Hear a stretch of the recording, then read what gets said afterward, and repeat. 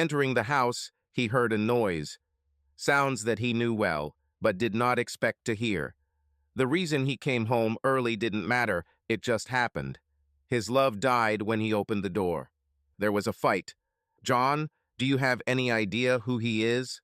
Her eyes were wide open. Her mouth was covered with her hands. "Do you think I really care about this? How the hell could you do that?" John turned and walked down the hallway, hearing Maggie begging him to stop and talk to her. "Leave me alone." John walked out the front door, jumped into his pickup truck, and drove to a nearby liquor store. John, parked in the backlot Walmart and sipping bourbon straight from the bottle, watched the traffic. His phone started ringing, and he reached over and turned off the ringer, glancing at the screen as the phone vibrated, Maggie trying to contact him. He ignored it the first 3 times and ignored the messages that came as texts. Finally, deciding that he wouldn't rest until he sorted this out, he finally answered the call. "Hello.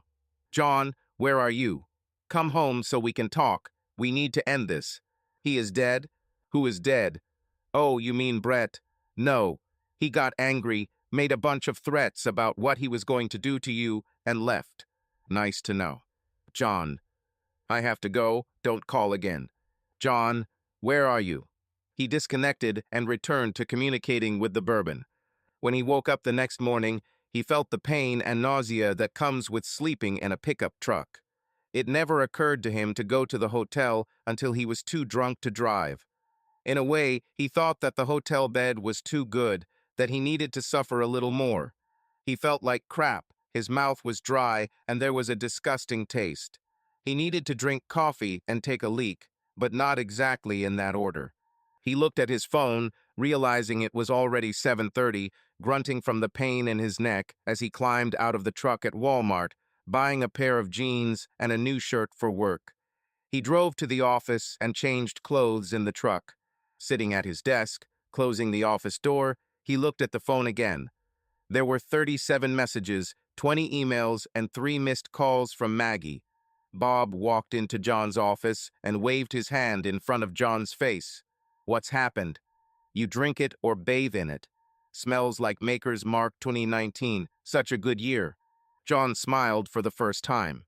Yesterday was a bad day, and at night it was even worse. He lowered his head. "What's the matter, buddy?" "Maggie got angry about something.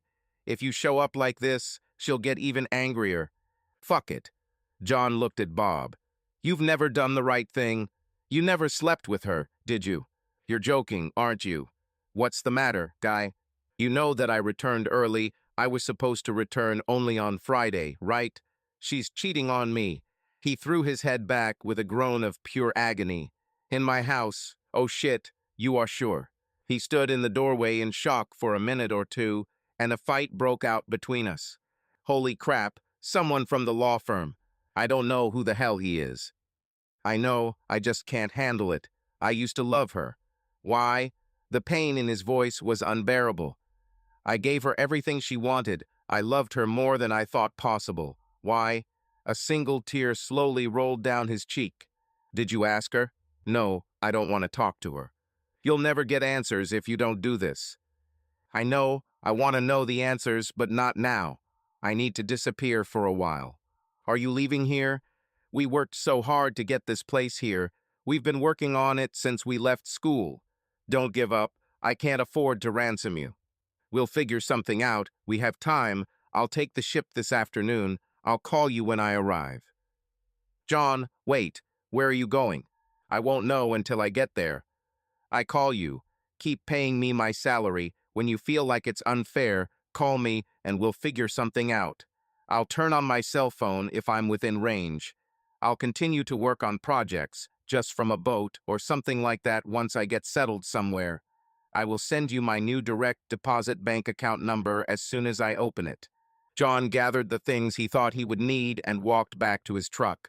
After a quick stop at the bank, opening a new account, book of start checks in hand, and a quick text to Bob, he drove to the marina.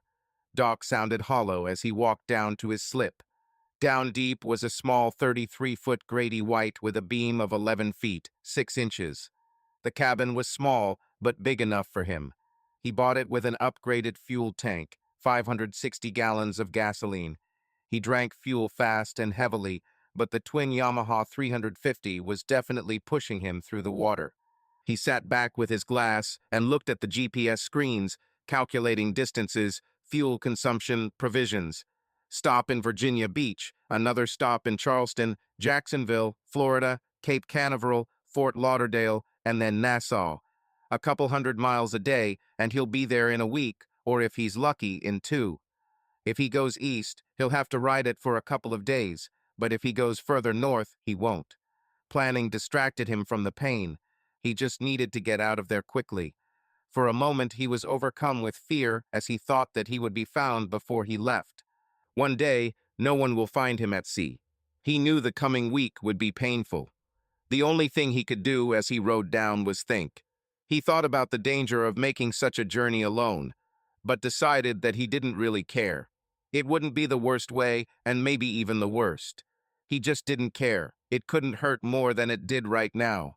As if on cue, his phone rang, he put it to voicemail and soon heard a ping that told him he had received another message. He read the last message. "You should talk to me, not just leave us." His anger went from being relatively calm because it wasn't at the forefront of his mind to being furious in an instant. Don't leave us. Did she think about this when she decided to change? Didn't she leave when she slept with him? He double-clicked her number and the phone rang. "John, where are you? Where have you gone? I've been terribly worried about you all night and now all day. Where are you? It doesn't matter. I need answers. John, just come home and we can talk. Please don't leave us." "No need. You already did it. Do you remember we had such an event at school? Do you remember what we decided then? It was a mistake. I think you were the one showing your colors. I should have listened to my gut then. Instead, I listened to my heart, and guess what? Again, Maggie." John went on another trip. Maggie sat at the table and looked at the photograph of John in a beautiful gold frame that stood on her dresser. Tanned, wearing a t-shirt, holding this terrible fish in his hands with the most wonderful smile on his face. Marlin. The muscles in his arms stood out, not huge, but strong, like ropes under the skin. He was always fishing or traveling for work. She went with him a few times, but he always went to places like Mountain Home, Arkansas, Monroeville, Alabama. She went with him when he went to Mexico, thinking she would sunbathe at the hotel while he worked, but he went to some hole in the oil fields 40 miles north of Guatemala. She was unhappy the whole time, so that was the last time she traveled with him. She knew she had been a bore back then, grumbling while he was in the oil fields helping with equipment that was doing something to the drilling fluids. He returned every day, exhausted by the 40-degree heat, and she forced him to take her with him to parties. He didn't want her to work, but she needed something to occupy her mind. She went to law school for a couple of years, got her degree, but didn't want to study hard enough to become a lawyer, so she took a job as a paralegal. The lawyers were so exciting, their big cases, lawsuits, document after document piling up on their desks. The phones were constantly ringing. The environment was so charged with energy that she found it exciting. She had been enjoying this energy for 10 years. She was called into the office of one of the junior partners. She was well built. She worked hard at it and knew how to stick it out. She knew that her appearance and personality would give her interesting things, a good job. Not that she did anything, but the hint was enough. Being a little frosted candy with a brain was a definite advantage. "Maggie, we have an interesting case that is moving quickly, a land deal with a land use permit that requires city approval. I need someone dedicated, willing to work overtime. We have to get ready for the City Planning Commission meeting. Is it interesting for you?" She sat down on the sofa and watched as his eyes lingered. "Sounds interesting, but where is it?" "Not far from Washington, in Maryland. The zoning is correct, so we don't have to fight the county, just the city for development permits. This will take quite a lot of time. I could use your help." "Interesting?" Of course it sounds fun. She really didn't understand how she got here from there. They sat in the office until late for several weeks, and then decided to have dinner, first in a cafe, then in good restaurants, then in clubs. The dancing was fun, a nice break. John was out of town again Monday through Thursday and was scheduled to return home Friday afternoon. She already knew that dancing would not pass the marriage test. What harm, she thought, John would never know. John. He checked the weather was calm enough to get to Virginia Beach, allowing him to leave. If he refueled there, he could make it to Charleston on the next leg of his trip and avoid Oregon Sound in North Carolina. Eating on board after a quick trip to the grocery store, with one last glance at his phone, he lowered the engines, pulled the ropes on board, and pulled out his slip. Looking back at his truck, he realized that he loved the truck and felt like he was leaving it like he was leaving an old friend. It wasn't the only friendship he mourned as he pulled out of the dock. Pushing the throttle forward as he climbed onto the plane, he set the autopilot to guide it down the Chesapeake. Once he tied the boat to the guest dock, he pulled out his phone. 54 texts, 30 emails, and 5 more calls from Maggie. He decided he had to deal with this. John, where are you? You must listen to me. This means nothing. You are, of course, talking about our marriage. It was not a question. No, it was just sex. It didn't mean anything. It meant that you were lying, that I couldn't trust you, and it meant that our marriage was over. When did it start? John, please come home. We need to talk. I won't return home. I come to you. Where are you? Away, where you won't find me. Have you left the city? How? Where? Go away. You tore my heart out. I can't stand the thought of you. I'll never get rid of. The vision. Don't call me. I'm dead to you. Live your life and do what you want. I left. John, please, please talk to me. Please don't leave. God, please. Bye, Maggie. Have a happy life. Maggie. It was bad. Oh God, what she did. Brett, no, we can't do this. It will never happen again. Come on, Maggie. Don't tell me you didn't like it. Shut up, Brett. It won't happen again. Maggie, now that we've done this, and don't forget that you agreed willingly, I don't know how I can work with you. You understand how this affects your work, right? What if I tell my partners that I can't work with you? Brett, what do you need for this? Am I locked in this forever? I'll leave first. I don't love you. I love my husband. He'll kill me and you if he ever finds out. Please don't take my husband from me. Please. Now she was crying openly. I'll tell you what, one more trip, and then I'll go back to the office and think about it. If I decide I need it, I'll let you know. Let's see what happens. John, what did I do? Why wasn't I good enough? I loved her so much that I would do anything for her. What does he have that I don't? Hurricane Low came from the south and was expected to hit the coastal waters sometime tonight. He decided it was better to lie there and hang out than to risk something going wrong and having to wait out the storm in a dead boat with 7-foot seas and everything that went wrong. He jumped off the boat and headed to the provision store, where he bought a soft folding chair. It had Marlin engraved on the back, and he placed it in the cockpit, sat down, and watched the people go by. Some smiled at him, some simply walked by, and some greeted him with a hesitant wave. He couldn't get the image of his wife's lover out of his head. His love story with Maggie flashed through his head, a movie he really didn't want to watch, but it started anyway, image after image flashing like a verse of a song where you can only remember 2 or 3 lines, but they just keep playing over and over again in your head, threatening to rip out my heart again. He remembered the first time he saw her laughing in the student center. They had a small food bar, and she sat a few tables away. No way, John, she's out of your league, John thought. He had to walk past her to get out. He looked at her, and she looked at him. Hello. Hello. Sweet and bright. She's so damn cute, and he's suo not bright. Not bright, but not creepy either.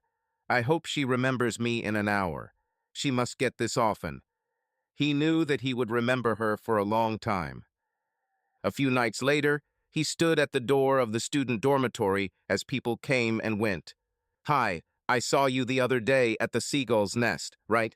He turned around, looked, and realized it was her. Yes, I think so. Why didn't you say hello? That's what I did. I said hello, he said. But you didn't stay and talk to me. Why not? I don't know you. I've never seen you before. I... I didn't think you'd be interested in this. He hated that blush. He knew she could see it. You're not very talkative, are you? Not really. You know, you're making everything very complicated. You're very straightforward, you know, he said, smiling. I know, it's art. She straightened her hair with her hand, posing with her leg bent and laughing. John fell in love with that laugh again and decided he would do almost anything to hear it again. She's completely out of my league. This is crazy. If I don't leave now, my heart will break.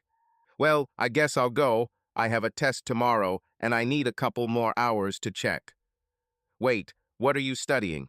Engineer, tomorrow I have a test on thermodynamics. I don't even know what thermodynamics is. I like engineering because it has rules. Rules can lead you to all sorts of things.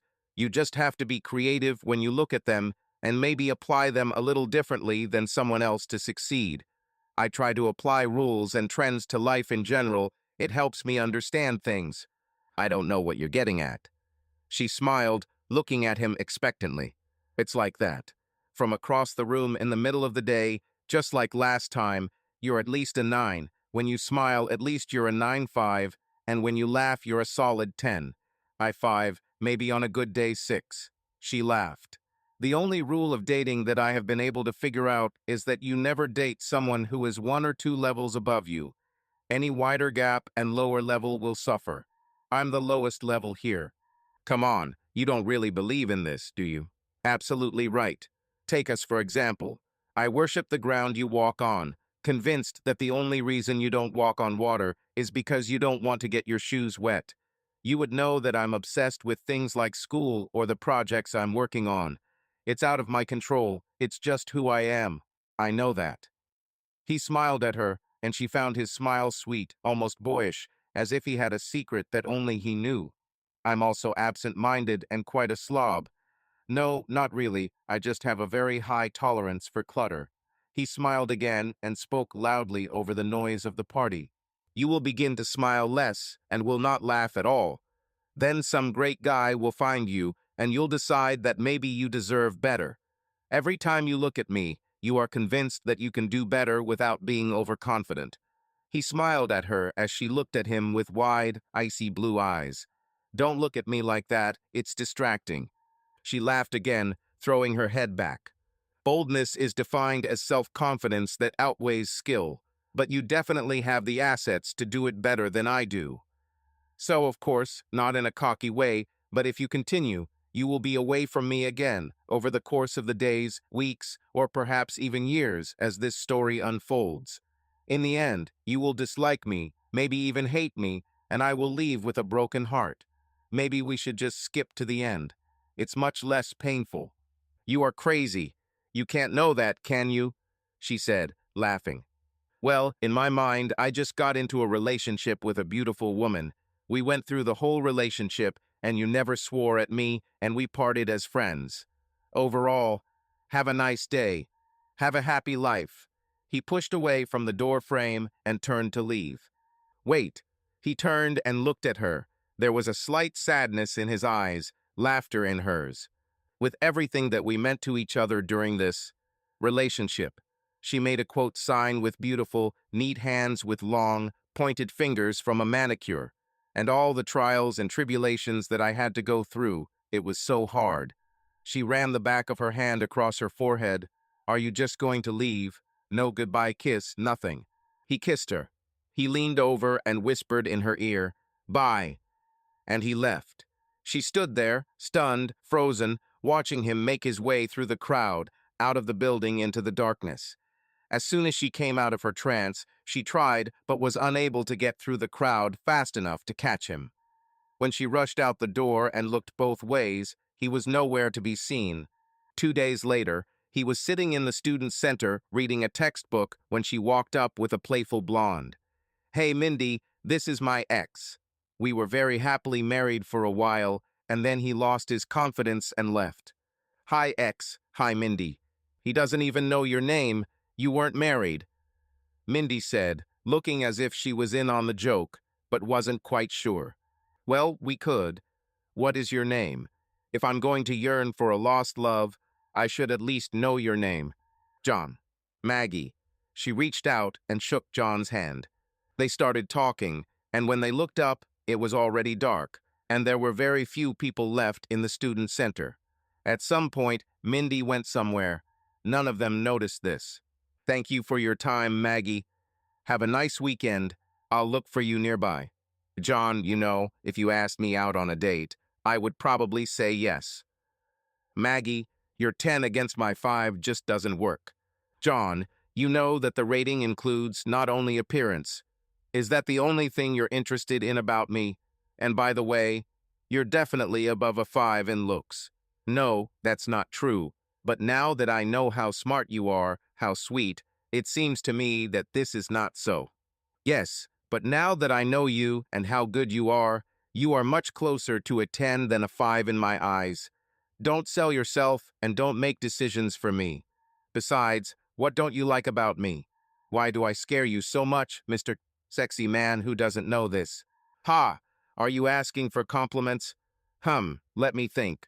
He looked at her, and she looked into his brown eyes, which gave them a personality unlike any eyes she had seen before. Okay, how about this? When you laugh, my heart gets lighter. When you smile, my knees get weaker. When you talk about the theory of ethics in business, which has to be the most boring topic I can imagine, I can't breathe. I hang on every word. I have never spoken to anyone who had my full concentration like you do every time you speak. I love it when you laugh. I would hang upside down from the bottom branch of a tree and make monkey noises if I thought it would make you laugh. She laughed, and he smiled a soft, thoughtful smile. You don't talk about your problems, you think about others, and I find it almost irresistible. I'm so hurt, so scared that I know that at some point in the future you will break my heart and it will be my fault. I'll do something to make you angry, or I won't do what I should. It will crush me when you say goodbye, and I already love you so much that I cannot imagine this pain. I don't know if I'm willing to take the risk. Wait, did you just say you love me? Yes, now. I have to go. See you. John, wait! She shouted as he crossed the room, heading towards the door. Please don't make me beg. I'll do it if I have to, but please, don't do this to me. Just meet me tomorrow for dinner, wherever you want. Am I in, please? He hesitated for a moment, then shook his head, as if he was about to do something he shouldn't have done. I have a test on Thursday morning. How about Thursday evening? I can't do it on Thursday. Will Friday work? Sure. Meet me here at 6, please. You're done, guy. Just give up, she won. He leaned back in the folding chair. The rain was now falling steadily, cold. He rose from the chair, walked over the steering wheel, and went down the 3 steps leading to the cabin. Crawling under the stairs onto the double bunk, tears mixed with the rain running down his face. He missed her so much, but she left. It was so painful. He will never make such a mistake again. John woke up to sunlight streaming through the overhead hatch above the table. He cooked himself some scrambled eggs and sat down at a small table to eat. He used to love sitting there with Maggie, but then he started remembering the pain. He looked at the phone and realized that he had to call the guys. He had a message from each of them. He really wanted to avoid their involvement in all of this. He had 2 sons, Jimmy and Sid. Jimmy was just finishing college and was working his ass off during the summer as an intern for financiers. John didn't quite know what he was doing. He was just trying really hard. In fact, the guy called the day after he graduated from college and said that he no longer needed monthly payments. He wanted to stand on his own 2 feet. Sid was a scientist and had many years of study ahead of him.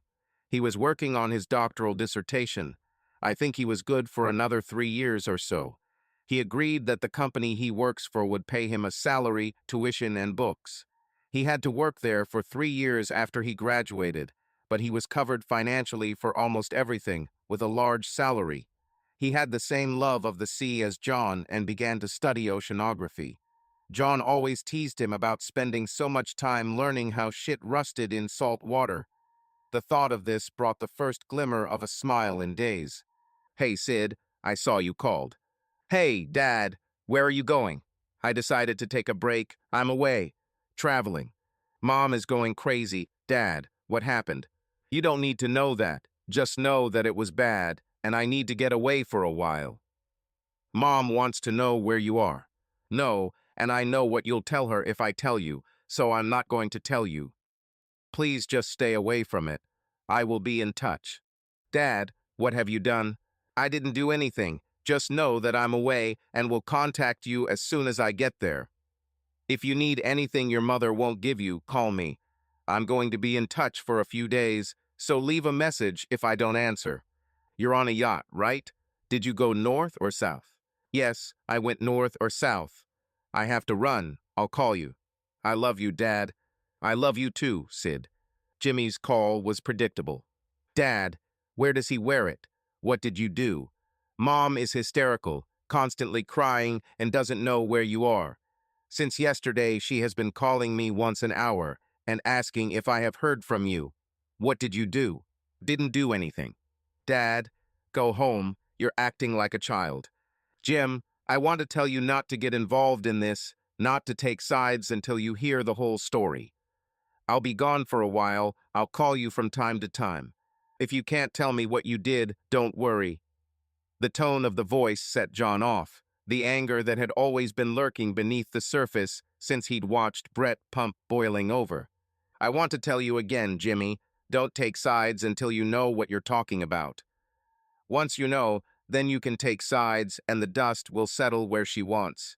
Mom said that you are traveling and, in her opinion, you have a girlfriend. I go to work so she can have the clothes she wants, the house she wants, the damn car, and no, I don't have a girlfriend, never have, not once ever. Don't do this, Jimmy. Don't call me Jimmy, damn it, my name is Jim. You're acting like Jimmy. I'll tell you what, let's not do this again anytime soon. We must run. He always had a good relationship with both boys, but Jim was a mama's boy, always was, but he was also the jock in the family. I played surfing, football, hockey, and never did anything halfway. John was the early morning driver for away hockey games. He was the one who drove Jimmy to North Carolina when it was too cold to sail the mid-Atlantic. He was the one who coached the football team since Jimmy was healthy Jimmy. He was a mama's boy, but he still had a good relationship with John, or at least John thought he did. Looks like that was changing too.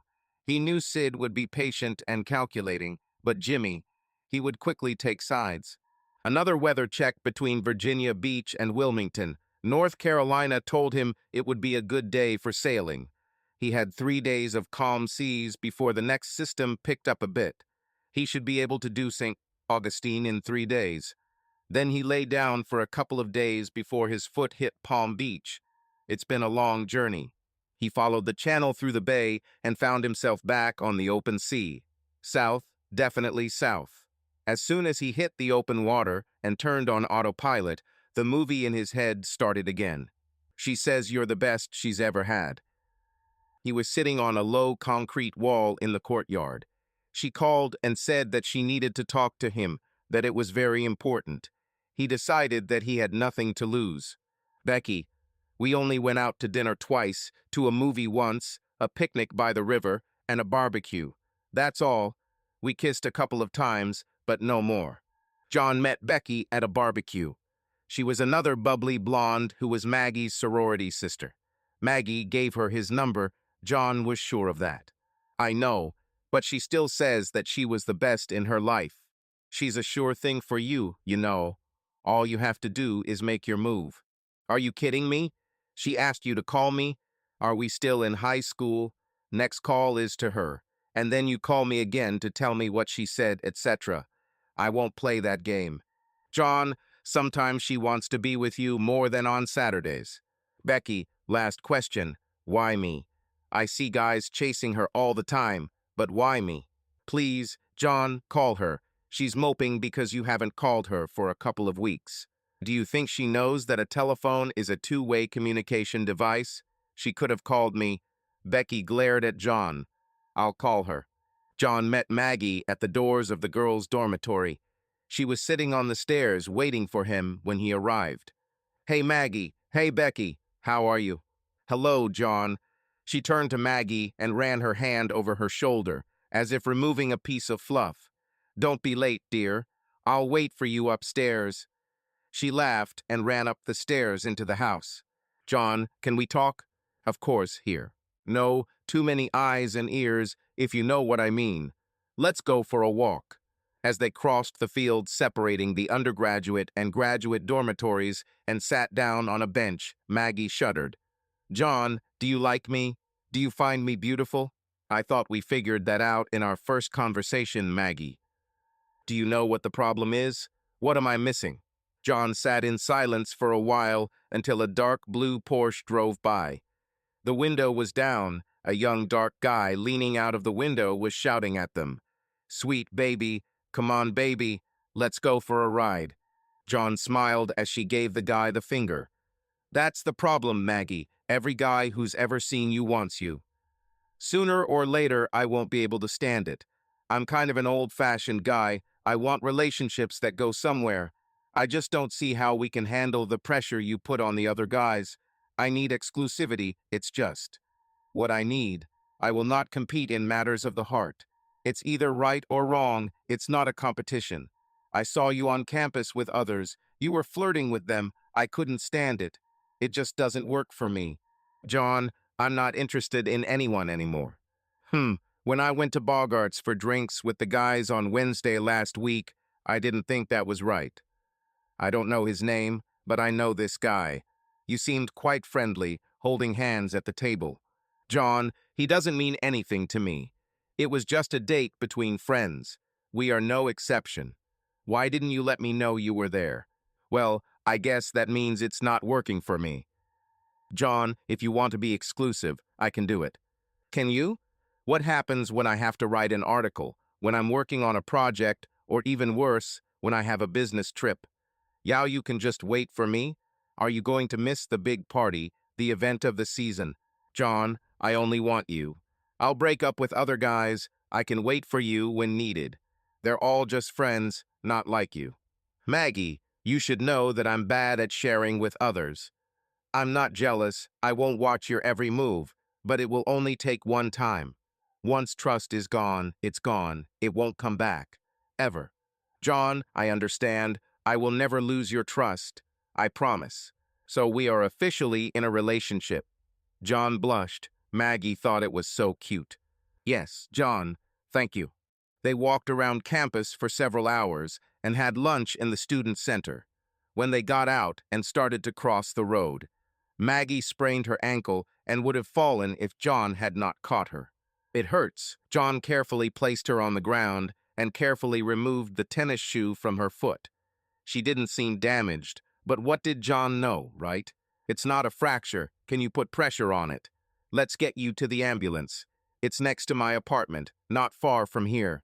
John picked her up, put his arm around her neck, and carried her.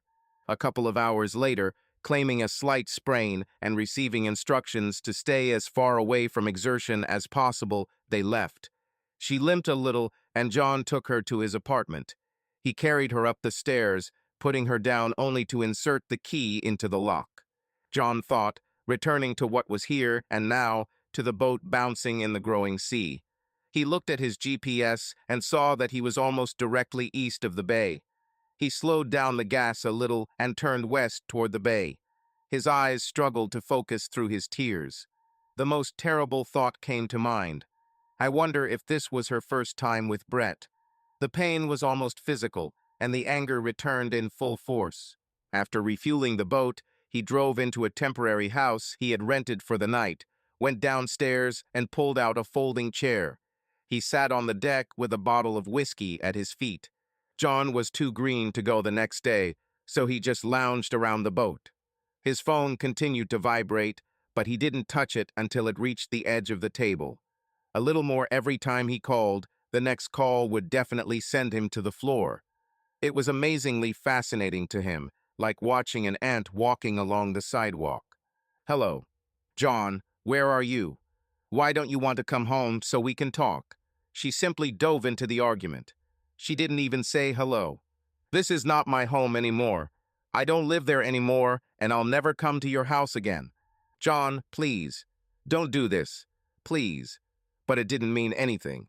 Don't say that, Maggie. It didn't mean anything. It was just one time. I didn't mean it. It just happened. All the other stupid excuses and reasons. I hate to be a cliché. Don't you dare lie to me anymore. I only need to ask one question, and then I'll walk off into the sunset, and you'll never hear from me again. Why? John, please. I love you. Please. Can we end this? Maggie, remember, after we started dating, you had a date. You told me you broke up with Tim and needed to see him again. This is not what I saw then. This is not what I feel now. It was bad then. It's even worse now. You've broken our trust, or at least my trust in you. I gave you a chance, and it took a while, but you ruined it. Now answer my question before I hang up for the last time. Why? John, it's not what you think. It was a mistake. This is the first true thing you told me. It was definitely a mistake. It ended our relationship, our marriage, the happy home our children remember. John's anger continued to rise at the same rate as the discomfort in his stomach. Didn't I always give you everything you wanted? A house outside the city, a car, clothes, jewelry. I thought our life was pretty good. You never complained. Now I understand that this was not enough. He heard sobs on the phone. It wasn't you, John. It was me. Why? Maggie, answer me just one question. Why? If it's not because of me, then why? John, just come home. Tell me where you are, and I will come to you, please. Can we just sit and talk? No, I need to know why. I don't know, John. It just happened that way. If we can't understand why, then how can we avoid it in the future? I'm over it. We're done. Goodbye, Maggie. Please understand that this is goodbye, not see you later or talk later. Just goodbye. No, John. He heard, looking at the phone to press the end button. He would never forget those painful days in the first few days of their relationship. He should have seen this coming. She told him that she would break up with the others. God, how many of them were there? The movie in his head started again, sitting in the sun with a glass of water in the cup holder next to him. First he heard her laugh. Looking across the yard, she stood hand in hand with Tim, throwing her head back and laughing, holding his hand. Her beautiful smile, he didn't expect that it would never be shared with someone else, but the way she looked at the guy told him that this was not the relationship she said she had with others. John had a choice: remain in the shadows or make himself known. Not being one to shy away, he stepped out of the shadow of the tree he was standing under. Hello, Maggie. The look on her face told him everything he needed to know. They promised to be exclusive. She told him she loved him over 2 weeks ago. It didn't look exclusive. John, it's Tim. Nice to meet you, guy. Tim extended his hand. John did not reciprocate his feelings. He almost felt sorry for Tim. He clearly didn't know anything. I have no doubt. It was good to see you, Maggie. John turned and walked away.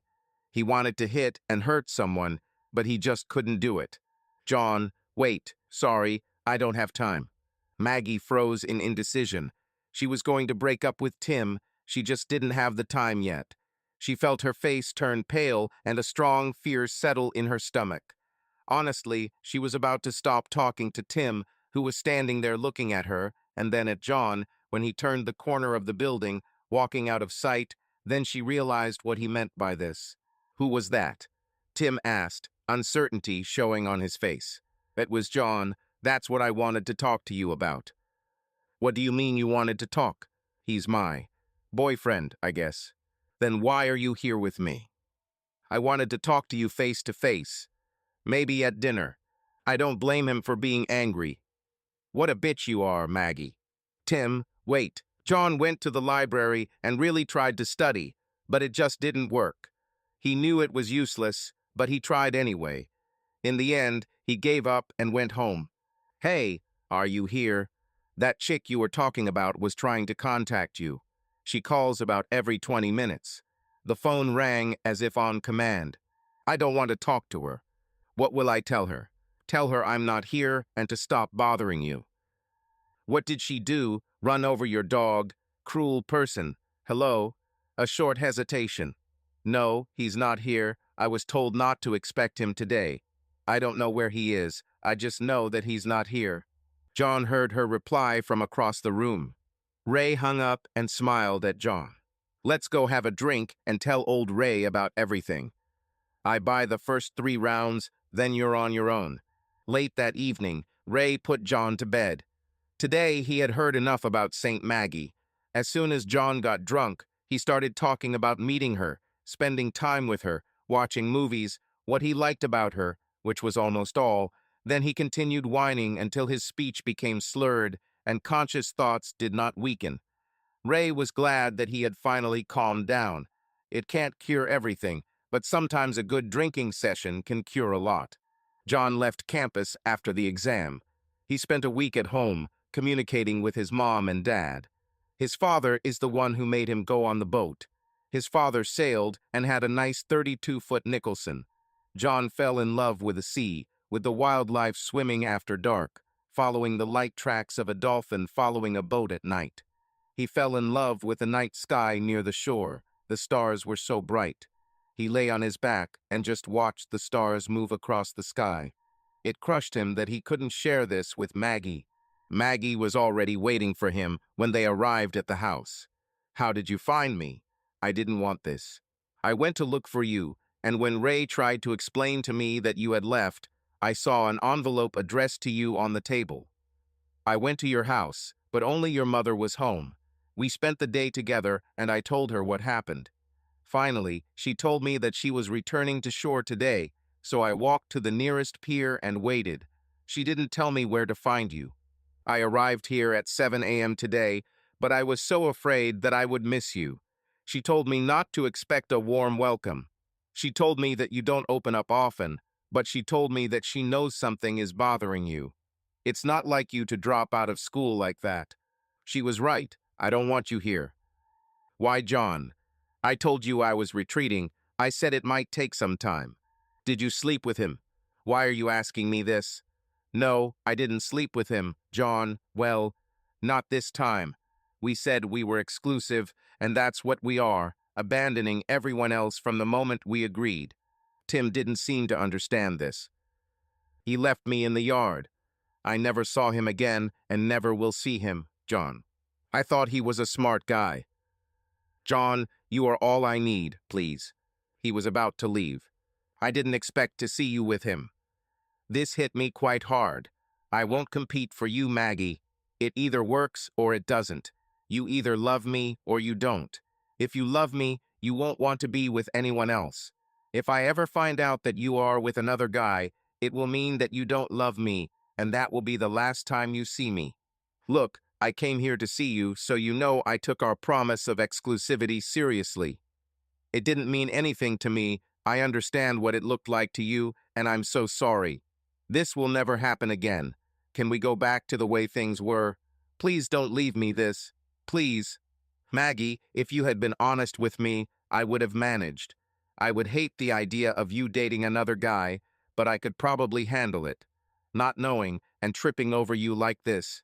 It just seemed like you were hiding something, being dishonest. I won't do this. I just won't." He shook his head and looked down. In the next few short moments, he ran through his mental checklist. Will life be better with or without her? For several weeks, there was a frost between them, but Maggie continued the pursuit, and over time John thawed. Their relationship gained momentum and grew again. The ice in the glass had long since melted. John took a sip of warm water. Why didn't I get the hint? Has she been seeing guys on the side all this time? How long has she been cheating? Has this marriage been a farce for the last 30 years? Was there anything real about it? John was surprised. He stood up and prepared to go to sea again. Cleaning, buying provisions, and sleeping that night were difficult for him. Questions swirled in his head. The next morning he went to Georgia, then to Florida, and finally to Nassau. Maggie. "What should I do now?" Maggie screamed, turning to Becky. "I lost him. I lost everything." Becky didn't give up. "Maggie, why did you do this? What were you thinking about? You left a 30-year relationship. How are you going to explain this to the boys?" "I'm not going to. Explain this to the boys. Oh my God, how could I? This caused a new flow of tears. She covered her face with her hands, tears streaming down her cheeks. Have you talked to them? No, not really, since I told them he left. I keep calling them to see if he called them. He only called Jimmy once, but Sid is silent. So, in their opinion, John just left you for no reason, he just left. And you don't think they'll be surprised if John did something wrong? Will you just let them think what they think? Are you willing to take the risk? Will it damage their relationship with John, and you can't do anything to prevent it? You don't deserve him, you know that, right? I was so good that I just slipped, you know? You sound like you slipped on a banana peel. What were you thinking about? Do you think John will ever forget walking in and seeing this? Maggie looked at her, and there was understanding in her eyes. You crushed the sweetest guy I've ever met. He was a coach. He gave everything to you and the guys. He worked like hell. Do you have any idea how many women wanted to pounce on him? I watched this happen. He was always polite, always gentle, but always decisive. No meant no, he wasn't interested. You threw it away. I have to do something, Becky. I have to let him know that I love him. You can try, but I don't rely on you. If you can get him to talk to you, if you can beg, crawl to him, be the most wonderful wife in history, and never even think about lying to him again. It will kill him in an instant. You'll also have to deal with boys. If they blame their father, it's all over. You know that, right? Oh God, I screwed up. I ruined everything. He must talk to me. He must. John. John sat on the floor of the cab in the back, holding the pump in his hand. He was in his uniform shorts and a shabby t-shirt, always a fish t-shirt. His tan had darkened over the last week in port. The Caribbean sunburned unceasingly. Hello, I'm Sarah. Hello, Sarah. Without looking up, I saw that there was a locking ring on the body. If I turned it like this, it might come free. Then I can clean it, John thought. What are you doing? I'm fixing the pump. What about him? He doesn't pump. Yes, but what is he doing? He pumps water into a living well. Okay, now I understand that I know less than I thought. The sarcasm made John look up. Long blonde hair, thin but not skinny, the sun shining on her back. John couldn't see her eyes, but he saw her smile. He instinctively smiled back. There's a tank there that holds the bait fish, and this pump puts water into it, pulling it out of the ocean, and then pumps it into the tank. The water then flows into a drain, which returns to the ocean. This way, the water stays fresh, doesn't get too hot, and ensures the presence of oxygen. Keeps the bait alive, hence the name Lives Well. This was the longest conversation he had been involved in the last 3 weeks. That was cute. What's so cute about it, Sarah? You explained it as if everyone would want to know, not as if I was stupid, even if I seemed stupid for asking the question. Thank you. My pleasure. You don't talk much, do you? Usually not. Can I come on board and have a look? Sarah, can I help you with something? I'm just trying to figure out how to fix the pump.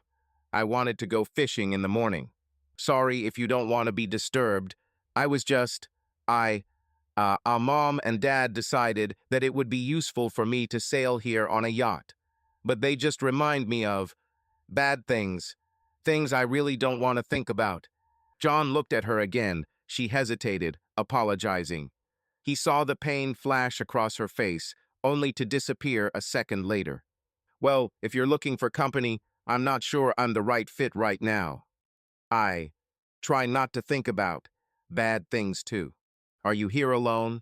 Where are the wife and children? John winced, and for some reason didn't want to lie to her.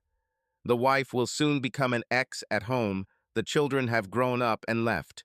Did you come here alone? In this boat? I need to buy a new pump. Come back later if you want. Can I come with you? Where can I buy such a pump? Of course, if you want, I need to go to the provision store at the wharf. Will you wait for me? I need to tell my mom where I'm going. Certainly. John watched as she ran across the dock, up the gangplank, and onto a 60-foot sailboat a few steps away. She ran as only women can, smooth as silk, her hair rushing from side to side. She was great.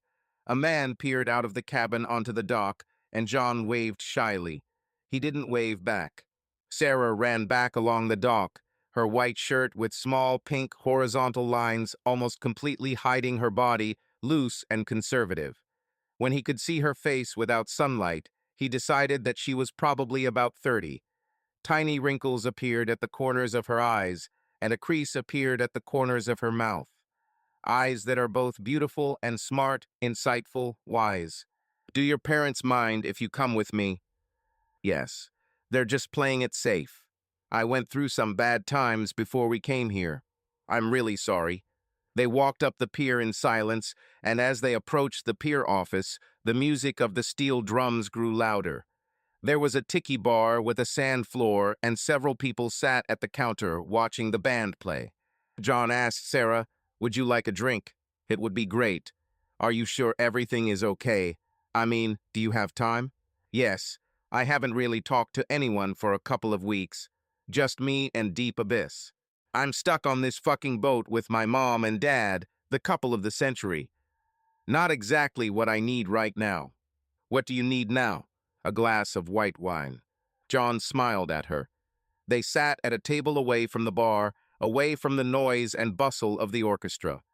The afternoon breeze was just beginning to pick up strength, dispelling the stifling summer heat.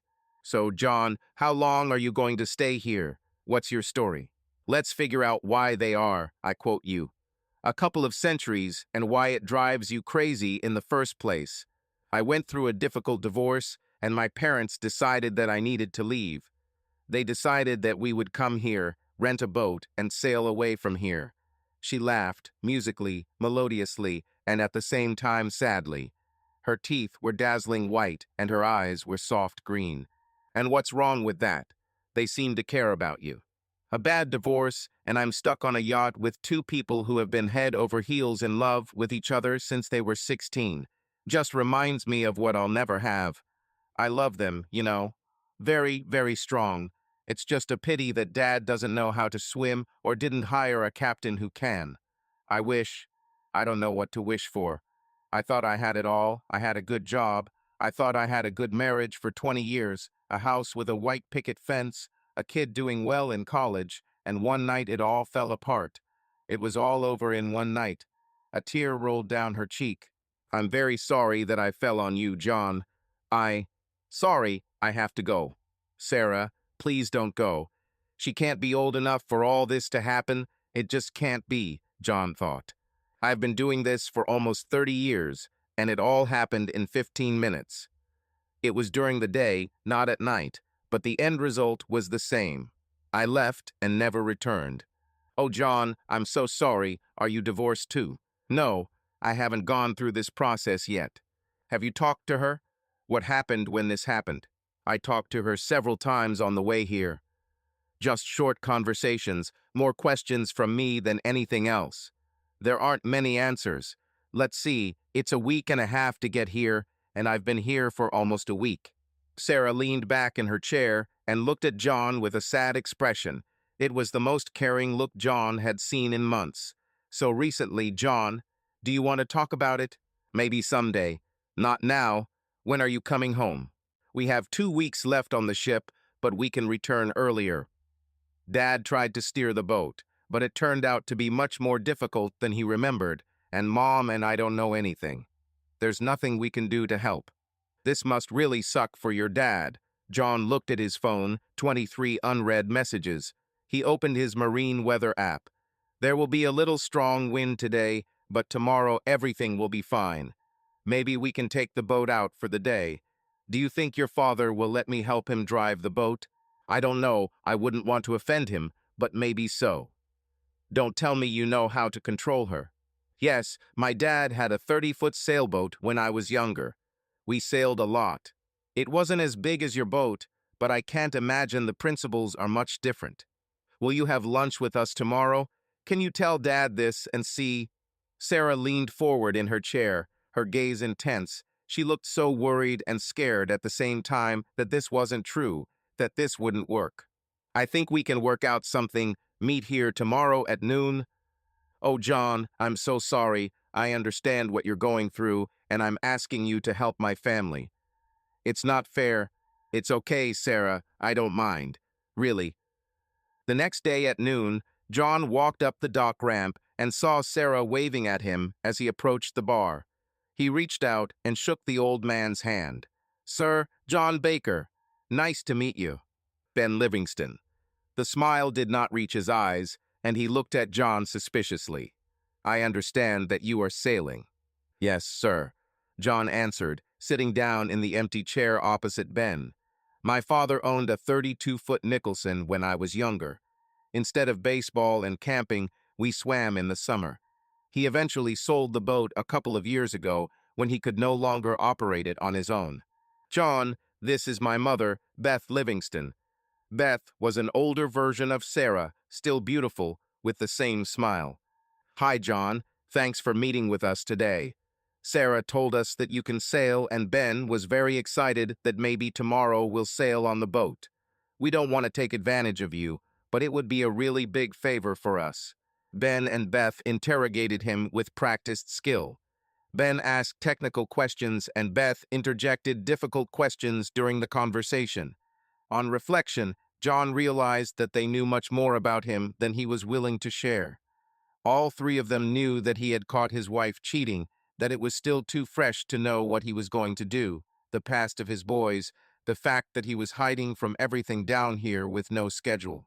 They knew that he was an engineer who had been out of contact with his office for almost 3 weeks, and that he was almost ready to face the world again.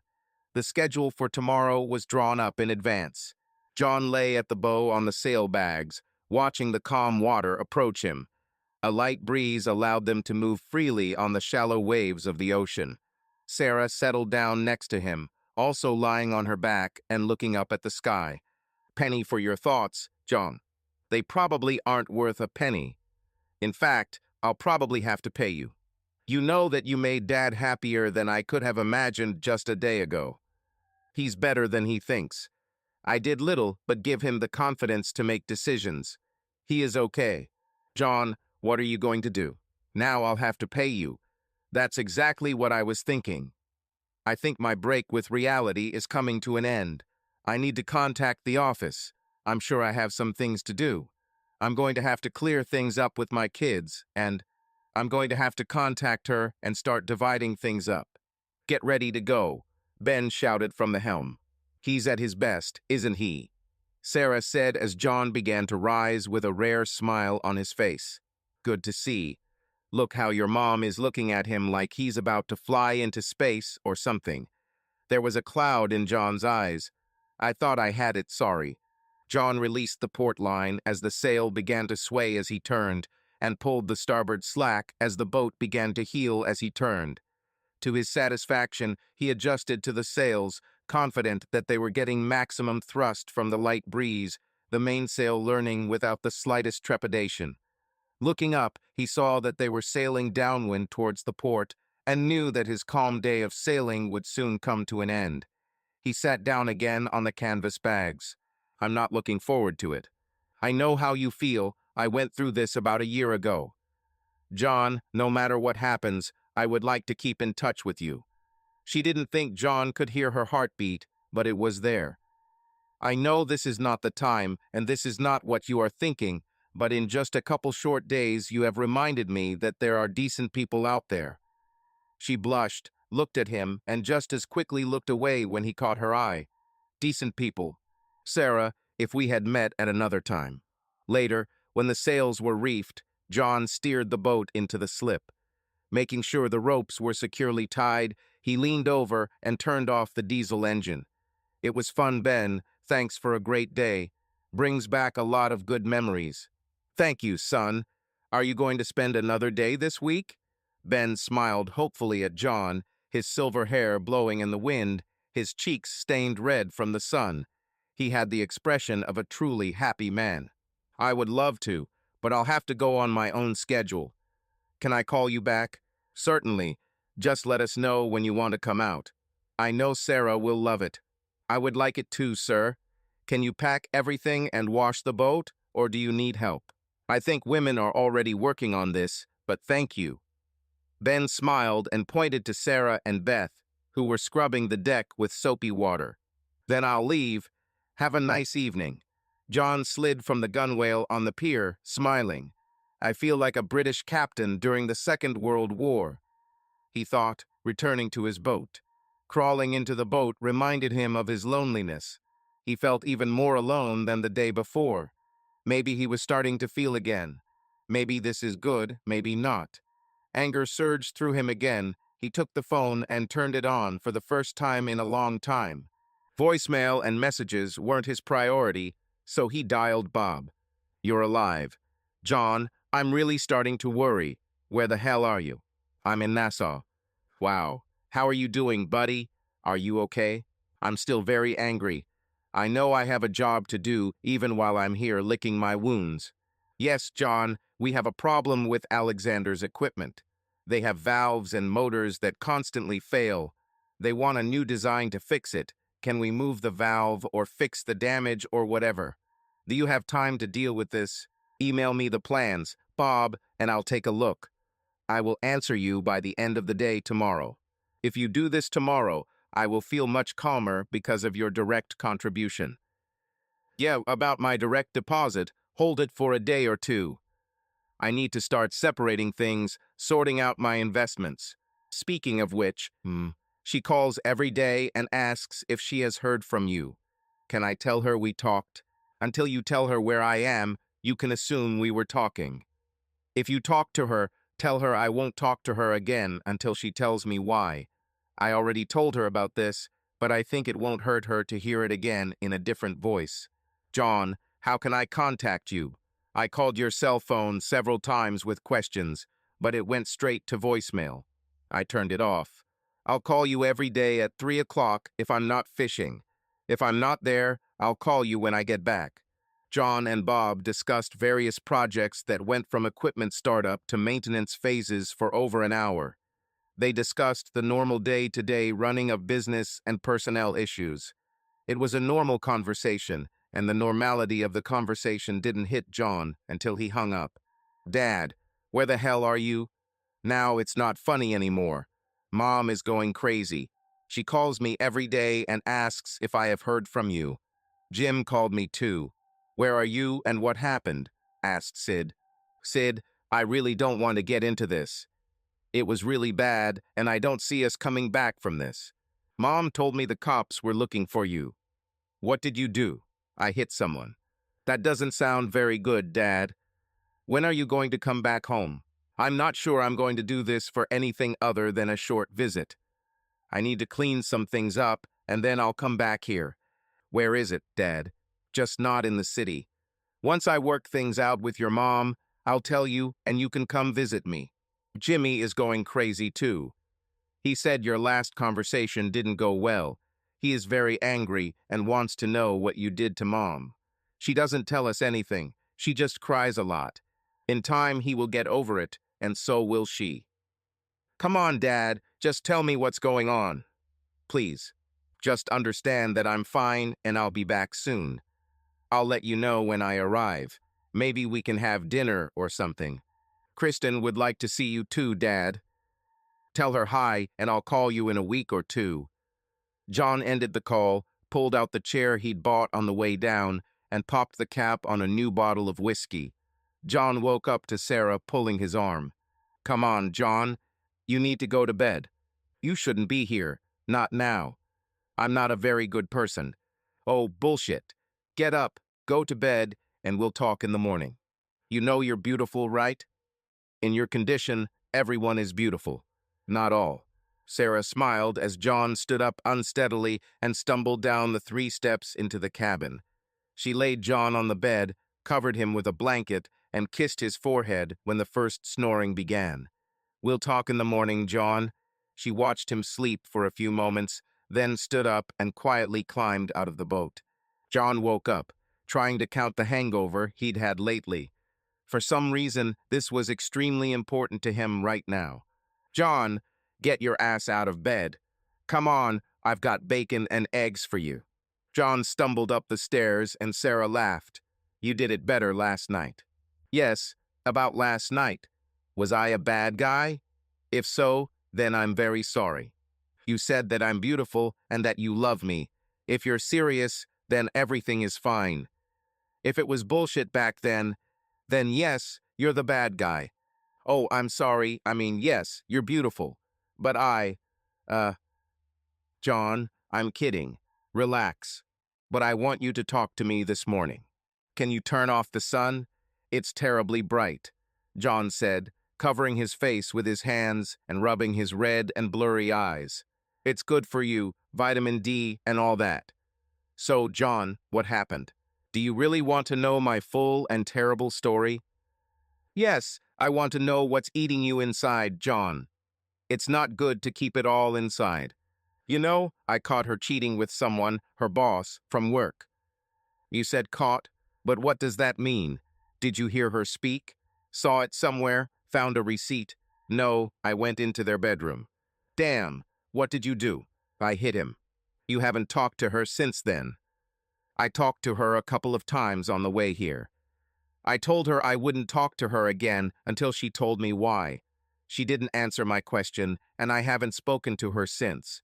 You seem to be in pain, and you can't stop thinking about it. You drink yourself to sleep every night. I loved her, Sarah. I loved her with all my soul. I cherished her. Your use of the past tense seems terrible and final. No chance of reconciliation? No. The shine has gone from this apple. We went through an event when we first started dating, and I got over it. I'll always have that sight in mind every time I think about her, every time I see her. It makes me doubt myself, you know. Am I not good enough? Sarah laughed. John, men are much more prone to sighs than women. For some women, this may have meaning, but for most, it is the emotion of the event. The most important thing is the mind. Do you know what I mean? Then I must be lacking in skill. It was the little bald bastard. I know I'm not as handsome as they say, but he wasn't much better. Don't think you're ugly, John. She told me the same thing once. It didn't help much. I should have known. I knew this would happen. What did you say? How do you know? When I was in college, I had a rule that came from my engineering classes combined with a little thinking. Never date a person who is 1-2 points higher than you. The lower level always suffers. I was a level below here. I was wounded. I should have known. John, if she's more than 2 points above you, she must be amazing. Don't forget about the traitor. Are you sure it's all over? Maid, I couldn't be more sure. I don't know what to say. I can't say anything, John. You don't want to hear that it will heal. There are more fish in the sea. Women are like buses. Wait a little, and another one will come. Pick your own cliché and paste it here. It hurts, it sucks more than I can describe, and the only thing that will heal is time. I'm sorry. Thank you, Sarah. A single tear rolled down his cheek, and the desire to hug him and comfort him was almost irresistible. John, when you get back on your feet, would you mind stopping by to see me? I wouldn't mind being your rebound, you know. Now is not the time, but I wouldn't mind if you got back on your feet and stopped by to see me. Sarah, I have to go back to the 1 or 2 point rule. Besides, I think I'll be going home next week to clean up some stuff, and when I get back, you'll be gone. It's okay, John. We'll see you again. I'm not asking for anything except maybe friendship. I'd like to think we'll see each other again, Sarah. I would really like to. The following week, on a flight from Miami to BVI, John was deep in thought. He looked down as the plane took off from Nassau, and seeing Sarah's boat sliding repeatedly deep below and then up along the dock filled him with a sudden melancholy. His thoughts flashed to sailing trips, calm and peaceful with such a loving family. As soon as he reached home, his melancholy gave way to anger, and his thoughts increasingly returned to Maggie. When he exited the plane through the guarded door of no return, Maggie was already waiting for him. Almost a month has passed, she has lost a little weight, and bags have appeared under her red, swollen eyes. Even now, not at her best, she was beautiful. What are you doing here? Bob, tell me when you are arriving. Please don't be angry with him. John, I'm so sorry. Please let me explain. I don't want to talk to you until you explain why. Are you ready to answer this question? I can try. Please. It's a yes or no answer. Maggie, yes or no? I, I really don't know, John. I asked myself again and again why. How could I do this? John, please, I love you. I love only you, please. She began to cry, her eyes turning a little red and tears running down both cheeks. Too many words, Maggie. I've been traveling all day. I'm tired. I just want to check into a hotel. I'll call you before I leave, but you have to figure this out. Please, John, I'm begging you to please forgive me. Please, can't we move past this? Don't go to the hotel, just come home. Maggie, you knew the rule to leave everyone else. We were a team, no competition until death do us part. I thought this meant that one of us had to die eventually, but I think that was before the death of the relationship. You killed them. We broke up.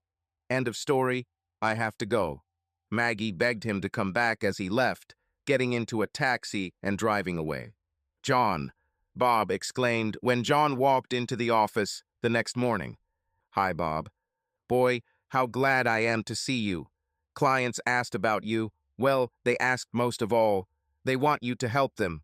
We're having trouble starting up. Can I ask you to go to St. Louis to help?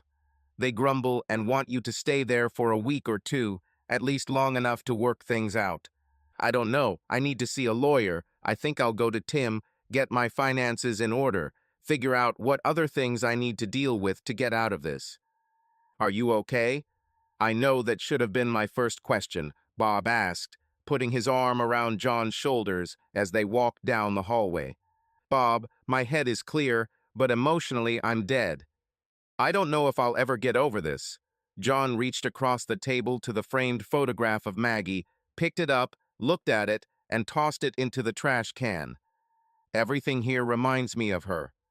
I don't think I can do this. Maybe we should go our separate ways. John, you are the beating heart of this place. I know there is no one irreplaceable here, except maybe you and me. I have an offer for you. Once you're settled in, let's go have lunch and talk. I think there is a way to solve this problem. I don't want to hear it, Bob. Don't try to convince me to return this liar. I'm not talking about her. I'm talking about work. Bob laughed and walked out the door. Bob, No, when I get divorced, I'll have to figure out how to keep her out of the business. Tomorrow morning, I have to meet with a lawyer and start the process. Well, have you thought about it? Yes. I think I'll go to the police station and turn myself in. You'll fire me for inappropriate behavior, and I'll sign up again as a consultant in a month or two after the divorce is final, so she can only get her teeth into my consulting fees. First, I need to meet with a lawyer. He will take me to the police station. You must settle everything, and through a lawyer. Do you think this idiot is going to press charges? I hope so. This will give us a reason for a new agreement between us, but I will hit him with a claim for alienation of affection, abnormal behavior, inappropriate behavior, moral clause, and anything else Tim can come up with, and convince him to drop the charges. We can find out how to structure everything when this is all over. You know I hate this, right? You and I built this place together, and I enjoyed it. It's okay, everything will be back to normal sooner than you think. Well, at least soon. Okay, we need to run. John, how are you doing? Tim smiled as he walked across the room with his hand outstretched. It's been better, Tim. These are personal law, family law, criminal law, and business law. I don't know who to turn to. I was hoping that you could guide me. John, what's going on? A month ago, I found Maggie with her boss. Damn, how? I found her with him in my bed. What did you do? I hit him and then left the country. I boarded the ship to Nassau. I was away for about a month and only returned yesterday. Does she know you're back? Yes, they met me at the airport. I have a couple of questions here. I want a divorce. Please collect these papers immediately and serve her, or tell me who I should hire to draw up the papers and serve her. And I also have to deal with the cops. This is Brett, her boss from Dewey, Scrum, and Howe. I believe I'm wanted on assault charges. Let me make a couple of calls. Could you wait outside for a bit? Before you do that, you should know that I want to use it. I think we can get him to give in if we threaten to sue, but I have to be fired for inappropriate behavior, so she can't get my half of the company. I didn't think to take photos, so I don't have any evidence other than what I saw, he said. I don't know if I can commit adultery, and I don't know if it would change everything if I could. Okay, let's get Mary and George here so we can attack this whole thing as a united front. I don't know how I can afford this, but what do you need as an advance? John, don't worry about it now. We'll work it out.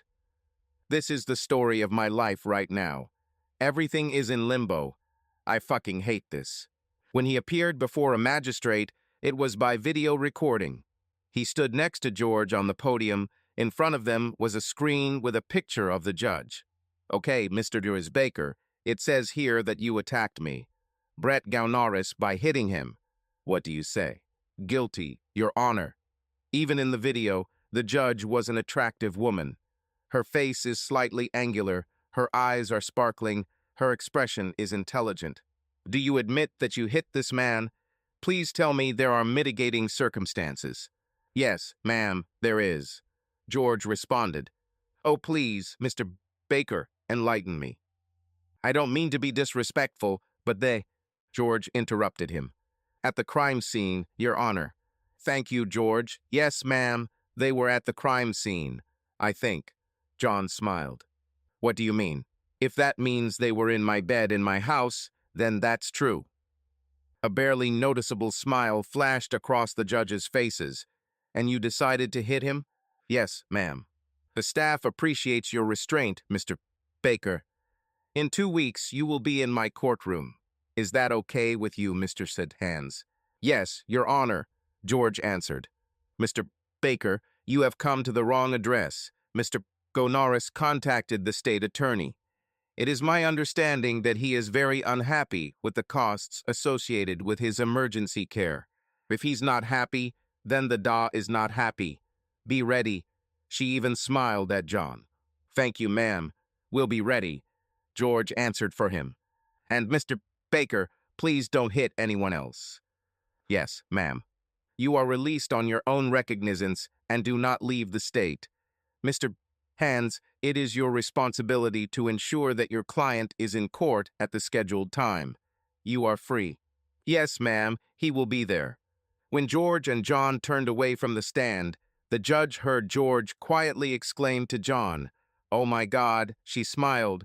"I've never seen her smile before. She seemed nice to me, George." Before John, she was never called sweetheart, and the emphasis is on never. It will be interesting.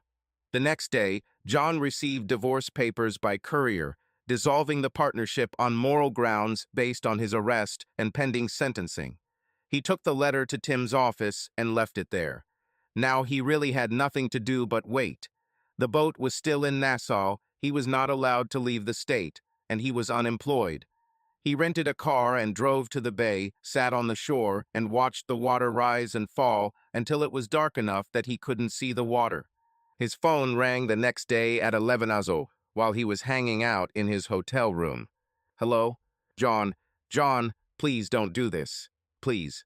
Maggie, I told you I don't want to talk to you anymore until you explain why.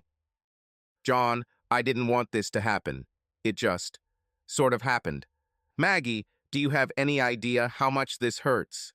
You tore my heart out of my chest. The only person I could trust, the one person I could talk to no matter whether I was proud or embarrassed, the person who never judged me. I thought we would grow old together and play with our grandchildren together. John, please let me explain. Let me show you that I love you. Please, let's meet and talk, please. You will explain everything now. Okay, one shot. Then you will sign the papers so we can move on with our lives. I have a lot of free time over the next 2 weeks, and then I'll probably be gone for a while. What do you mean you're going away for a while, and why do you have free time? You mean after work? No, I was fired, and I don't want to go to jail. Brett filed charges. Oh my God, John, how did you get fired? Were you a partner? Oh my God, I cost you your business. I can never forgive myself. I'm so sorry. She cried and breathed heavily between words. Morality clause. If one of us is accused of a crime, the other will get the company. I have a court date in a week. I don't know what will happen to this. I won't let him do this, John. I won't. I don't think you have a choice. Are you still working with him? John, please meet me. Let's see what I can do. Let me show you that I love you and only you. The fact that she was evasive did not go unnoticed. It's too late for that. I just want to get my business done and get out of here. Please, John, just lunch. Can we talk? In a public place, I can't make too much of a scene, please. Okay, okay? Tomorrow Di Luigi's is in Little Italy. Noon? Okay, John, thank you. I love you, honey. Don't say that, and don't ever call me that again.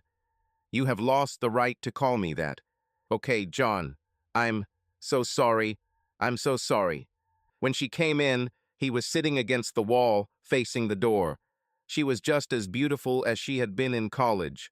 Sure, she had put on a few pounds and her eyes were red, but once again he noticed that she had aged a lot. Maggie. He didn't get up when she approached the table. No hugs? She asked with a tight smile. No. John, you're so cold. We spent 30 years together. You cheated on me. How many times and for how long does this last? It was just one time, John.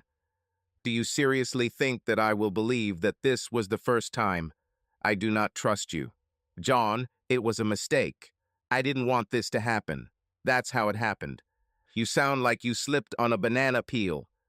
Don't be rude, John. Becky said the same thing. That's right. John, I'm so sorry. I can't believe you lost your company. What are you going to do? Are you going to fight this? No, it's in the contract, just like the morals clause in your employment contract at the law firm. I'm going after him, alienation of affection, going after the firm on the grounds that they didn't honor the morals clause with you and Brett. I'll think of something. John, you're just trying to hurt me. It's okay, hurt me. I deserve it. Say what you want, and I will sit and listen. Take my job, make me suffer. I will sit here and suffer. Just let me show you that I'm sorry and that I love you.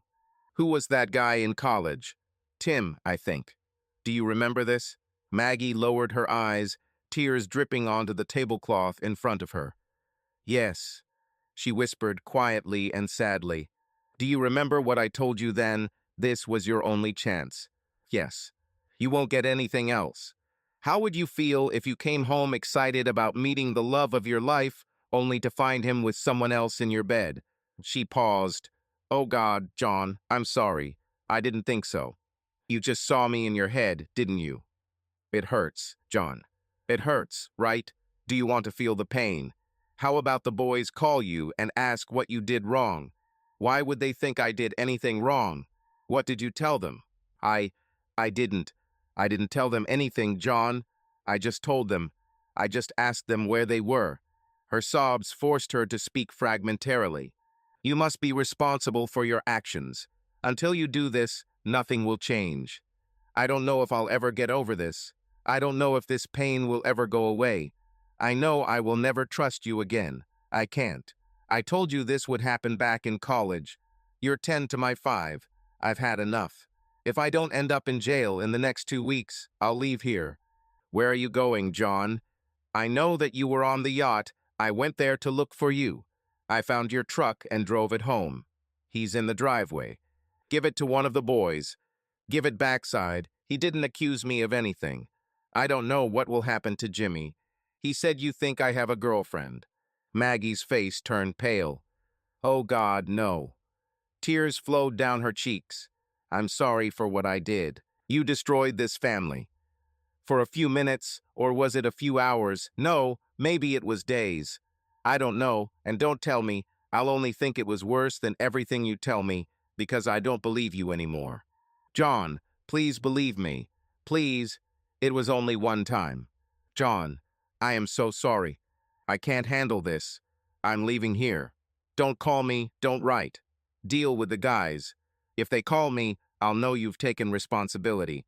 I'll let you know if I don't go to jail. If I end up in jail, you won't be my only call.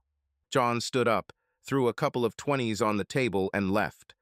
Maggie reached out to him and touched his arm as he passed by. When he broke the touch, she lowered her head to the table. Mr. Baker, The judge began. I see that you have taken responsibility for your actions. I see that you drive a little fast, but otherwise you have no history of breaking the law. She shuffled papers on her desk. A wooden platform made of light polished a tree that John couldn't identify. It was neither oak nor pine. She looked at him standing in front of her. Do you have any evidence? Is there anything you want to say that would mitigate your punishment? Well, Your Honor, I'm sorry that my actions brought us all to this place. I'm sorry that I wasted your time. I wish I could tell you that I won't do this again, but I can't promise you. If I catch my wife, he looked at George, at the crime scene, the judge smiled as George whispered to him, flagrante delicto. Yes, that's right, flagrante delicto. I was tempted to hit him again. I promise that I will do everything possible to restrain myself. Mr. Baker, are you working? I was working, Your Honor, but I was fired from my business because of a morals clause. I could have been arrested. I'd like to go back, but it depends on what happens here today. So, Mr. Baker, in the opinion of this court, we have a law-abiding citizen who, due to extreme stress, made the wrong decision. I'm going to set this case as PBJ, Mr. Baker. Do you know what that means? Unfortunately, Your Honor, I don't know. This means that I don't declare you guilty, but I don't declare you innocent either. I'm giving you probation until trial. This will remain on your record for 5 years. You will essentially be on unsupervised probation for 5 years. If you have another violent crime in the next 5 years, you will serve the sentence that your future crime deserves, but you will also be sentenced to time for that crime, most likely 5 to 10 years. Do you think you can behave yourself, Mr. Baker? Yes, ma'am, Your Honor. This will help me hold myself together if I ever find myself in this position again. Your lawyer has some papers that you need to sign. You can go. Thank you, ma'am. John turned to leave, took another look at the judge, who smiled at him, and left the room. The lawyers, John and Bob, were sitting at the table. I can't believe it, John. I've never seen her treat anyone easily before. This is my first time here. How will this affect our plan? How can I protect my business from Maggie? John, we can just take a chance. Just get back to work. If you don't, we may not have a business to protect, said Bob. I'm going to continue working for the business. Tim, what if I went back to work for Bob like any other employee, rather than as a partner? We'll continue to do business, and when this all blows over, Bob can promote me to partner, and we'll go back to business as usual. I think this could work, John. Let me look at the partnership agreements, see what provisions there are. You haven't been convicted of a crime, and I'm not sure you're still not a partner. We must do this according to the rules. Did she sign the papers? No, not yet. Bob, I'm going back to Nassau. I'll work remotely and figure out how to get her to sign the papers. I may go to St. Louis next week or the week after. Are you sure, John, that there is no way back from here? No, I'm over it. I just want to leave. I want to live my life. John walked down the dock of the marina to his boat, looked down and saw the empty space in the water where Sarah's boat was moored. For a moment he was overcome with melancholy as he realized that she was gone from his life. He enjoyed sitting and talking with her, and the memories of being on the yacht with her parents were memories he would cherish for the foreseeable future. She was proof that there are good, dedicated women out there. Maggie. She watched John leave the restaurant, head down, and felt his pain like a stone on her chest. She was breathing hard, her hands were shaking, she wanted to hug him, put her head on his chest, and just hug him tightly. She wanted it all to go away like it was in the past. She stopped in the middle of the parking lot on her way to her car when she realized it was truly over. She would never be able to hug him again. It was the last time she touched John, the last time she felt his warmth. Tears flowed in a steady stream from under her sunglasses. Mom, really? Are you kidding me? Jimmy asked. Did your dad catch you cheating? In your bed? She heard him sigh. Do you know where he is? No, I blamed him, and he no longer answers my calls. I think Sid knows where he is, but he won't tell me. Mom, I'm so angry at you. Jimmy, I'm so sorry. I can't believe I did this. I can't understand why. I still love you, Mom, but I don't understand how you could do this to Dad. I'm just angry at you. I need to call him. I need to apologize. I just hope he answers my call. He's not in town, Mom. He doesn't want to talk to you, and I think he doesn't want to talk to Jimmy either. Sid said on the next call. Sid, please make him talk to me. Please let him give me another chance. Are you still working with this guy? Yes, what else should I do? I have to pay my bills, mortgage, for the car. Find yourself another place to work, Mom, unless this guy meant nothing to you and you are not ready to leave this family.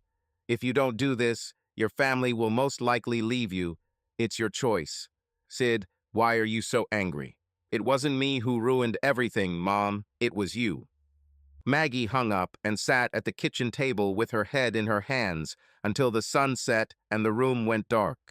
She went into the bedroom and lay in the dark on the lonely bed until she finally fell asleep. She couldn't understand why the whole family was so angry. It was just one small mistake. It didn't mean anything. She hummed the scammer's song to herself like an advertisement that couldn't be gotten out of her head. John. The Atlantic crossing was the fifth storm of the relatively calm season. The storm is forecast to intensify and reach hurricane strength by the time it crosses the Virgin Islands. On his route is Puerto Rico, the Dominican Republic. Then he must turn north with the Turks and Caicos to the east of his path and Nassau to the west of his path. It should reach Category 3 or 4 by the time it heads north to threaten the United States. Looks like he has Carolina in his sights at the end of the week. A swing in either direction will impact either Turks and Caicos or Nassau. Residents in these areas are advised to seek shelter from winds approaching 140 mph and storm surges ranging from 4 to 7 feet. John had 2 days to prepare for the storm. He wondered how he would tie the boat and began to look around the pier, looking at other boats. More than usual, the flaps were empty. John guessed that they had decided to take their boats back to the US for safekeeping. There will be problems with the remaining boats. He grabbed the extra ropes he had on board and began tying the boats. It was a struggle to achieve two opposing goals. The lines had to be able to prevent boats from hitting the docks, but had to be free enough to survive the storm's surge. Workers from the pier met him at the pier. "Hey, guy, look, what are you doing?" "Hey, I'm trying to secure these boats before the storm. I just need more ropes. A boat will also help." "Why do you need a boat?" "I want to stretch a rope from my boat to the other side so that it does not dock.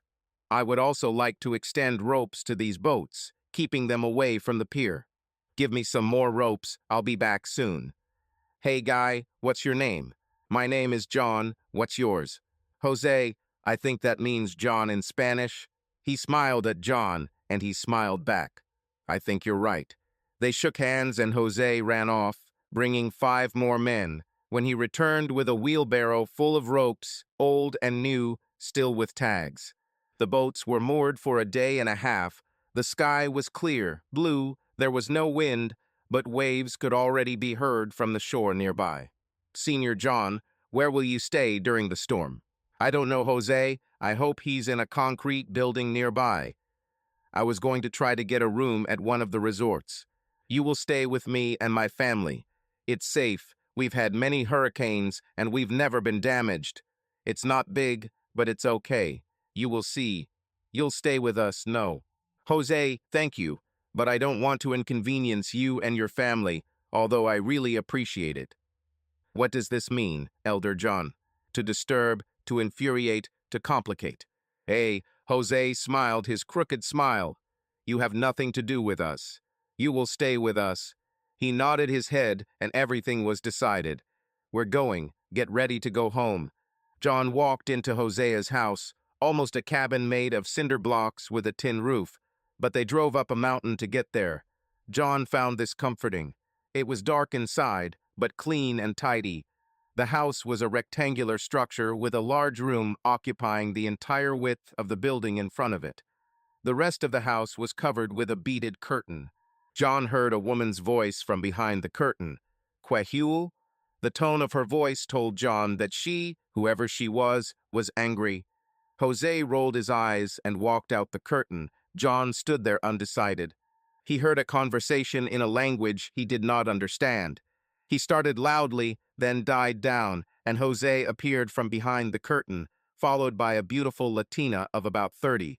She had long dark hair, a curvaceous figure, and floated on the floor rather than walked. She extended her hand and John shook it. Her skin was soft, but her fingers were calloused. "You're Jose's new friend, aren't you?" She spoke with a strong Spanish accent and broken English. "Yes, Mom, I'm here too." He looked at the windows. "To help. You'll stay for the storm, right?" "Yes, Mom, if you don't mind." "This is good." "Thank you, Mom." "You're working, I'm cooking." John followed Jose out. Jose had pieces of corrugated tin that fit each window. John held them in place, while Jose screwed the screws into the holes that looked like they had been used before. While they were working, neighbors began to show up and help. When they finished Jose's house, they moved into the house next door, and then into the house next door. The sky darkened, and the first thunderclouds began to gather. John was so busy helping that he never had time to call the boys or worry about his boat. He did everything he could to give her the best chance to survive the storm. Returning to Jose's house, they sat on a pair of canvas and wooden chairs on the wooden platform that served as the porch. The Latina brought 2 cold beers, handed one to Jose and the other to John, then turned and walked back into the house. Not a word was spoken.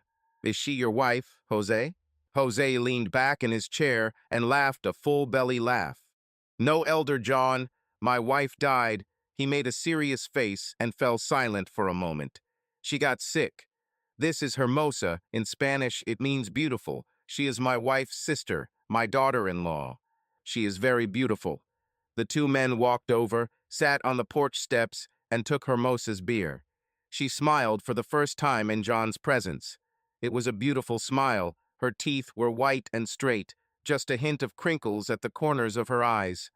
John sat and listened to the tone of the conversation between the men, not understanding the language except for a few phrases. He looked at the sky and at the rare, ragged clouds approaching the island. He could swear he saw a bend. The wind began to pick up slightly, more than the light breeze he was stuck in, and he knew a storm was quickly approaching. He thought about the boat and knew he had done everything he could to protect the boat, the boats on the marina, and the houses in the neighborhood. When it started to rain, everyone stood up. Everyone shook John's hand, saying gracias. He understood, but didn't really know what it meant. One of the men paused for a moment while the others got ready and was the last to approach John before he left. "Thank you, SR. John, for helping us today. You're a friend, aren't you?" He smiled and shook John's hand. "See, we are friends." "Welcome, sir." John smiled and bowed slightly. A storm broke out, not as bad as predicted, but terrible nonetheless. The power went out while John was sleeping on the couch, and Hermosa stepped out from behind the curtain into the living room. The wind roared, making it difficult for John to hear her. She pointed to the sofa, and John sat up and moved over. He smiled at her as she sat down. He put his arm around her shoulders, so small and fragile, and she pressed herself against him. When the thunder struck, she jumped, and he knew she was terrified. They sat there for several hours. Her breathing became even, and he realized that she had fallen asleep. When the roar of the wind began to subside, he too fell asleep. He woke up when she jumped up and stood up almost as quickly. She looked at him with an expression that he could not understand. Part anger, part kindness, a lot of shyness. Her straight hair was disheveled and hung over one eye. She was stunningly beautiful. Jose came out from behind the curtain, looked at them both, shrugged his shoulders, and said, "Que pasa aquí?" She launched into a long speech that he really wanted to understand. She was animated, her hands were moving in the air, but he did not understand a word. He looked at Jose, waiting for an explanation. "She says you helped her weather the storm. She was afraid, and you held her. She also said that you are a true gentleman, but I'm not sure if that makes her happy or angry. Women, you can't understand them, can you?" "I can't, that's for sure, Jose." "Are you ready to go to the pier? I really need to check on things down there. Hermosa left the room. I think she's preparing breakfast. Are you hungry, Senator John? We'll sit on the porch, right? John and Jose carried 2 chairs out onto the porch, opened them, and sat down. John watched as the neighborhood came to life, as fallen branches were dragged to the side of the road, removed in front of doors. Hermosa brought each of them a plate of scrambled eggs with hot salsa and small slices of spiced beef. It was the most delicious thing John had ever eaten. John and Jose pulled fallen palm leaves from Jose's ancient Toyota pickup truck and prepared to leave. John reached out to shake Hermosa's hand, but she hugged him. With a strong Spanish accent, she said, "Thank you." John bowed his head, climbed into the truck, and held on. The ride was fast, and Jose jerked the steering wheel from side to side to avoid fallen branches and parts of houses that littered the street. When they got to the dock, they found that one boat had swamped another in the parking lot, but John's boat made it through the storm fine along with the other boats. Jose's crew slowly arrived and worked to get the boat into the boat dock. Jose looked at John and said, "Well, thank you, Senator, for your help in preparation. We did a good job. I expected the worst. Jose, what are we going to do with the sunken boat? Will you help? Of course, Jose. Do you have airbags, slings, compressor? Let's see, amigo." In the barn, they found everything John thought they needed. John selected the 4 medium packs and looked at the compressor. Obviously, he had doubts. "Looks like crap, amigo, but it works. You'll see." John helped install the airbags, reaching into the water to run straps under the sunken boat. He asked Jose to turn on the compressor and coughed as the ancient gasoline engine started up with a blue cloud that grew as it ran. When inflated, the air cushions lifted the boat to such an extent that the gunwales were directly above the water, and the upper deck of the 40-foot sailboat was level. Jose found a gas pump, and they sat in companionable silence as the pump worked and watched the water level in the boat slowly drop and the boat rise out of the water. They pulled out the skiff and, as a team, removed the excess ropes from the boats they had secured before the storm. By nightfall, the pier was in fairly good condition. "Senior John, thank you." John extended his hand and Jose pulled him in for a hug. "Will you come with me?" he asked, raising his eyebrows questioningly. "Thank you, Jose, but I'll stay on my boat." "Please tell Hermosa thank you for everything." John turned on the generator and charged his phone. As soon as it had enough charge to turn on, it began to beep. He received several messages from Sid, 2 from Jimmy, and a message from Maggie. He also had a message from a number he didn't recognize. "John, I know you weren't expecting to hear from me. I heard about the storm and wanted to make sure you and the boat were okay. I would be glad to hear an answer from you. Sarah." After making sure Sid was okay, he called Jim. "Hey, I saw you call." "Yes, Dad, Sid told me where you are. He was terribly worried about you. Dad, I'm so sorry. Mom told me what happened. I'm sorry I blamed you."